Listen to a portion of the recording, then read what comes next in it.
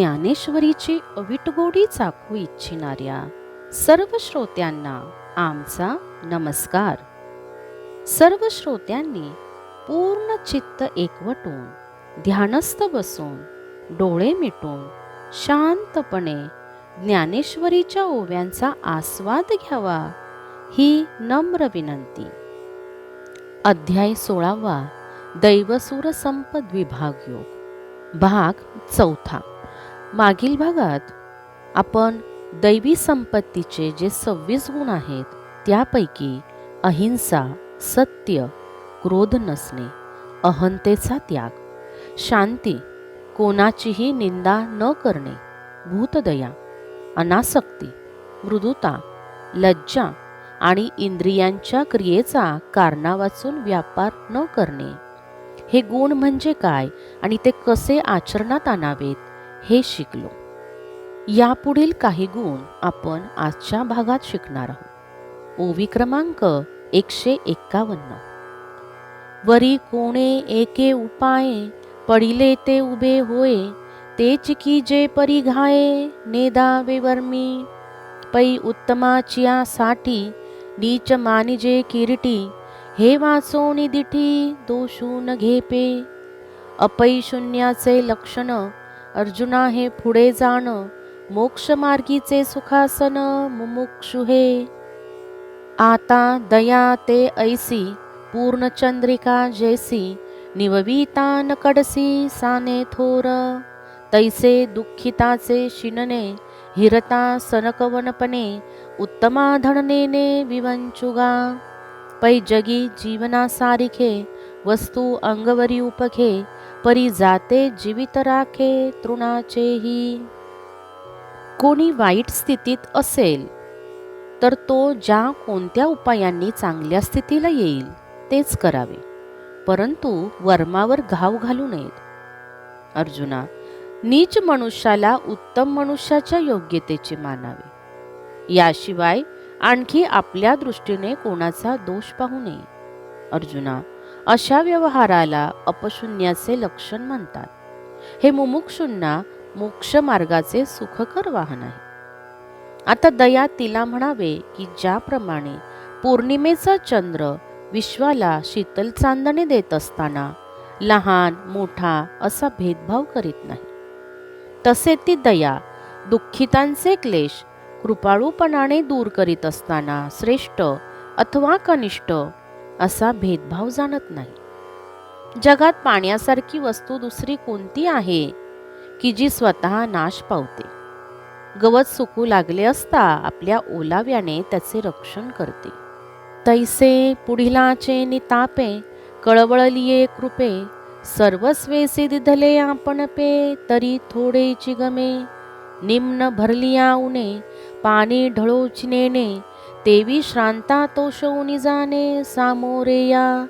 पै पायी काटा नेहटे तव व्यथा जीवी उमटे, तैसा पोळे संकटे पुढिलाचेनी. का पाओ शीतळला लाहे की ते डोळ्यांची लागी होय, इसा परसुखे जाये सुखावतू. तसे दुःखी मनुष्याला पाहून ज्याला कृपेचा कळवळा येतो, त्याच्या दुःख निवारणार्थ आपले सर्वस्व अर्पण केले तरी त्याला ते कमीच वाटते. वाहत असलेले पाणी मध्येच खड्डा लागला तर तो पूर्ण भरल्याशिवाय पुढे वाहत नाही. त्याप्रमाणे समोर असलेल्या पीडिताचे दुःख निवारण केल्याशिवाय अन्य काही करणे त्याला सुचत नाही. किंवा पायात काटा असेपर्यंत जीवाला दुःख होते, तसे तो दुसऱ्याच्या दुःखाने दुःखी होतो. किंवा पावलांना थंड उपचार केले की ज्याचा डोळ्यांना अधिक उपयोग होतो, तसे जो दुसऱ्याचे सुख पाहून मनात सुखी होतो. किंबहुना तृषिता लागे पाणी आराईले असे जगी, तैसे दुःखितांचे सेलभागी जिने जयाचे. तो पुरुष वीर राया मूर्तिमंत जाण दया, मी उदय जतांची तया ऋणिया लाभे. आता सूर्यासी जीवे अनुसरलिया राजीवे, परी ते तो नशिवे सौरभ्य जैसे. का वसंताचिया वाहनी आलिया वनश्रीचिया अक्षौहिणी, न करी तूची घेणी निघाला तो, हे असो महासिद्धीसी लक्ष्मीही आलिया पाशी, परी महाविष्णू जैसी गणिची नाते. किंवा तहानलेल्यांची तहान भागावी म्हणून जगात पाण्याचा जन्म झाला आहे, तसे दुःखितांचे दुःख निवारण करणे हे त्याचे कर्तव्य आहे. हे अर्जुना, असा जो पुरुष तो केवळ दयेची मूर्तीच होय. तो जन्मतःच मला ऋणी करून ठेवतो. सूर्यकमळ सूर्याला जीवाभावाने अनन्य असते, परंतु सूर्य त्या कमळाच्या सुवासालाही स्पर्श करीत नाही. किंवा वसंत ऋतूच्या आगमनाने सर्व वनश्री जरी पाने फुले फळांचे ऐश्वर्य धारण करते, तरी तो त्या ऐश्वर्याचा स्वीकार न करता पुढे निघून जातो. हे राहू दे, अष्टमहासिद्धीसह लक्ष्मी देखील जवळ आली, तरी महाविष्णूने जसे तिच्याकडे लक्षच दिले नाही, त्याप्रमाणे तो वागतो. तैसे अहिकीचे का स्वर्गीचे, भोग पायिक जालिया इच्छेचे, परी भोगावे हे न रुचे मना माझी. बहुवे काय कौतुकी, जीव नोहे विषयाभिलाकी, अलोलुप्त्व दशा ठाऊकी जाणते हे. आता माशिया जैसे मोहळ, जळचरा जेविवळ, का पक्षिया अंतराळ मोकळे हे. नातरी बाळकोद्देशे, मातेचे स्नेह जैसे, का वसंतीचा स्पर्शे मऊ मलया निळू.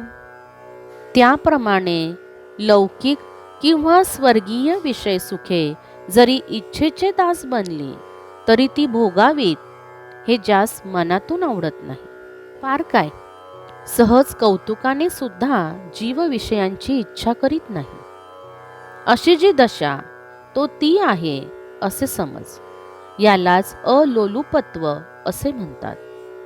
आता मधमाशांना जसे मोहोळ, जलचरांना जसे जल, पक्ष्यांना जसे आकाश संचार करण्यास मोकळे सुखकर वाटते, किंवा बालकाविषयी मातेचे चित्त जसे नित्य प्रेमयुक्त असते, अथवा मलयगिरीवरून वसंत ऋतूत येणारा वारा जसा मधुर, शीतल आणि सुखद असतो. डोळ्या प्रियाची भेटी, का पिलिया कुर्मीची दिठी, तैसी भूतमात्री राहटी मवाळते.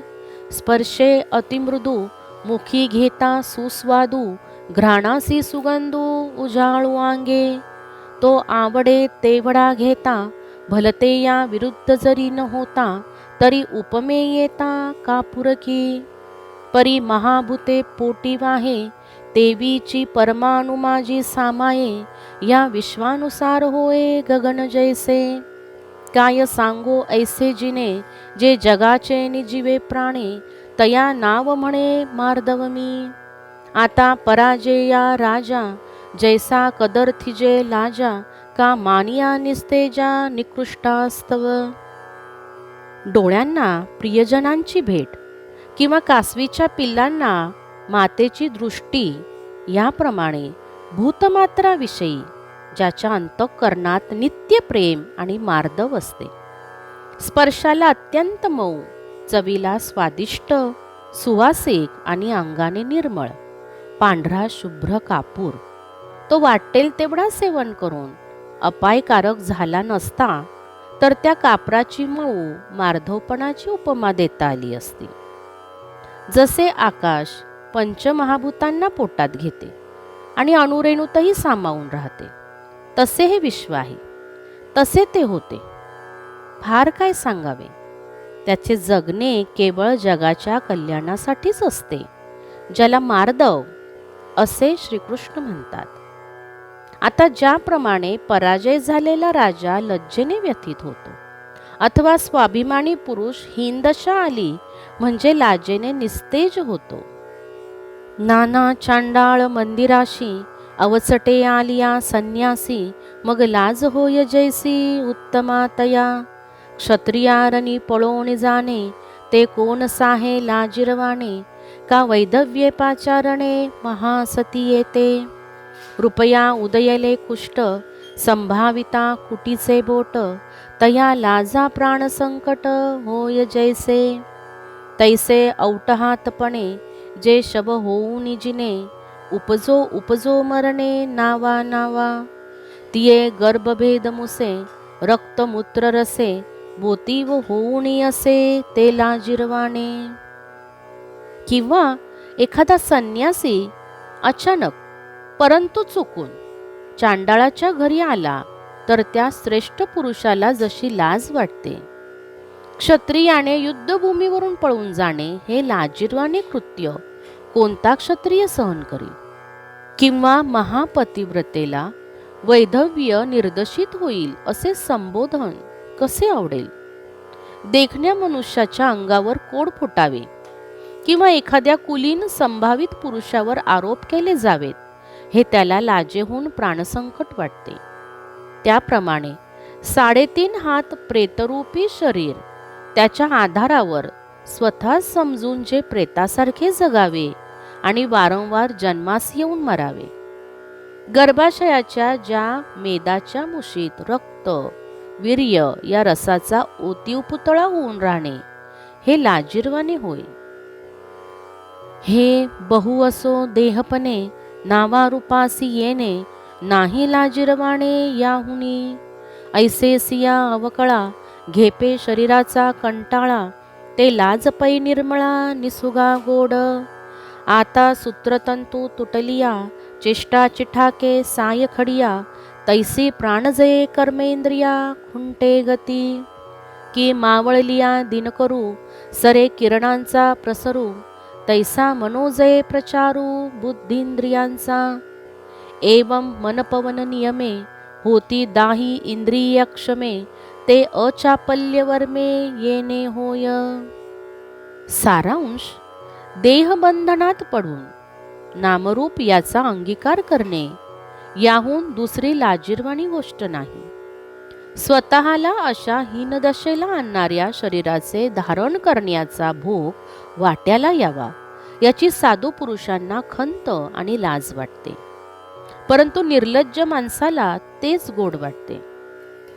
कळसूत्री बाहुल्यांना नाचविणारी कळीची दोरी तुटली म्हणजे त्याची हालचाल बंद पडते. त्याप्रमाणे योग साधनांनी कर्मेंद्रियाचे व्यवहार बंद होतात.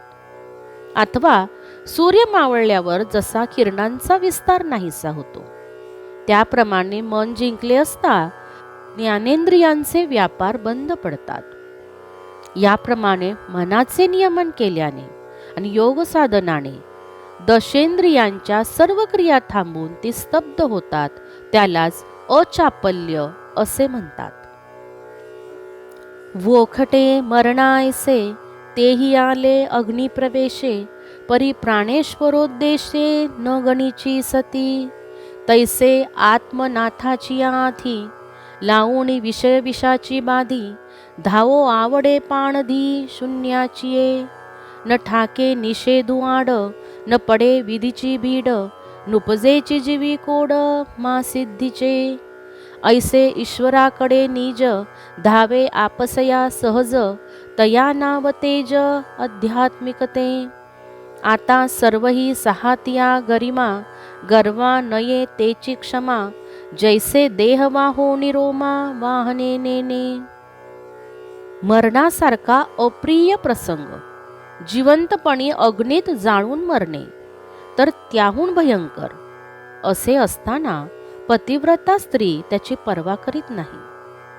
त्याप्रमाणे ज्याला आत्मप्राप्तीची तळमळ लागली आहे तो विषयांचा विषाप्रमाणे त्याग करून, आवश्यक तर प्राणांचा निरोध करून, शून्य समाधीसारखे कठीण साधनही करण्यास तयार होतो. निषेध त्याला विरोध करू शकत नाही, विधीला तो मानित नाही. महासिद्धीची आवड ज्याच्या जीवात उत्पन्न होत नाही. अशा प्रकारे परमेश्वराकडे अंतःकरण सहजपणे आपोआप धाव घेते. त्याला आध्यात्मिक तेज असे म्हणतात.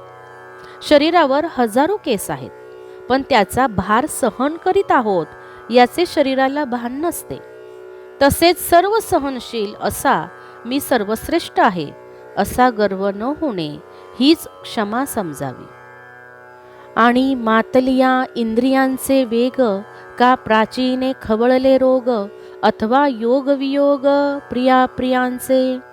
यया आगवियाचा चिथोरू, एके वेळे आलिया पुरू, तरी अगस्ती का होऊनी धीरू, उभा ठारक. आकाशी धुमाची रेखा, उठिली बहुवा आगळिका, ते गिळी एकी झुळुका, वारा जेवी. तैसे अधिभूतादि दैवा, अध्यात्मादी उपद्रवा, पातले या पांडवा, गिळुनी घाली. आता ईश्वर प्राप्ती लागी, प्रवर्तता ज्ञानयोगी, धिवंसे याची अंगी, उणीव नोहे. आणि इंद्रियांच्या वृत्ती अनावर झाल्या किंवा पूर्वकर्माने रोगादी भोग एकदम उसळले किंवा प्रियजनांचा वियोग आणि अप्रियांशी योग घडला किंवा हे प्रसंग वेगवेगळे न येता एकाच वेळी कोसळले, तरी अगस्ती ऋषीप्रमाणे या सर्वांना सहन करून तो धैर्याने उभा राहतो. आकाशात धुराचा कितीही डोंब उसळला तरी वाऱ्याची एकच झुळूक त्याला गिळून टाकते. अर्जुना, याप्रमाणे आधिभौतिक, आधिदैविक आणि आध्यात्मिक वगैरे दुःखे उत्पन्न झाली असता त्या सर्वांना तो धैर्याने सहन करतो. आता ईश्वर प्राप्तीचे दोन मार्ग, जे ज्ञान आणि योग, अष्टांग योग याचे आचरण करीत असता अंगामध्ये धैर्याला कमीपणा नसतो. ऐसे चित्त क्षोभाच्या अवसरी, उचलून धैर्या जे चांगावे करी, धृती म्हणिपे अवधारी, ती येते गा. आता निर्वाळुनी कनके, भरिला गांगे पियुखे, तया कलशाची सारिके शौच असे. जे आंगी निष्काम आचारू, जीवी विवेकू साचारू, तो सबाह्य घडला आकारू शुचित्वाचा. का फेडित पाप ताप, पोखित तिरीचे पादप, समुद्रा जाया आप गंगेचे जैसे. का जगाचे आंद्य फेडितू, श्रियेची राऊळे उघडितू, निघे जैसा भास्वतू प्रदक्षिणे. याप्रमाणे चित्ताची चलबिचल करणाऱ्या प्रसंगातही ज्याचे धैर्य टिकून राहते त्याला धृती असे म्हणतात. हे ध्यानात ठेव.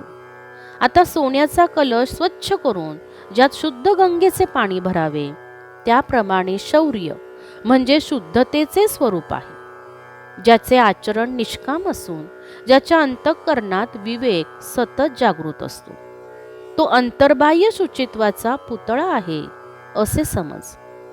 अथवा ज्याप्रमाणे गंगेचे पाणी जगाचे पाप ताप नाहीसे करते आणि तीरावरील वृक्षवेलींचे पोषण करीत समुद्राला जाऊन मिळते, किंवा सूर्य जगातील अंधाराचा नाश करून सर्व संपत्तीचे मंदिर उघडे करीत आकाशातील प्रदक्षिणेला निघतो. येथपर्यंत 200 ओव्या समाप्त झाल्या आहेत. यापुढील ओव्या आपण अध्याय 16वा आणि भाग 5वा यामध्ये पाहणार आहोत. रामकृष्ण हरी. रामकृष्ण हरी.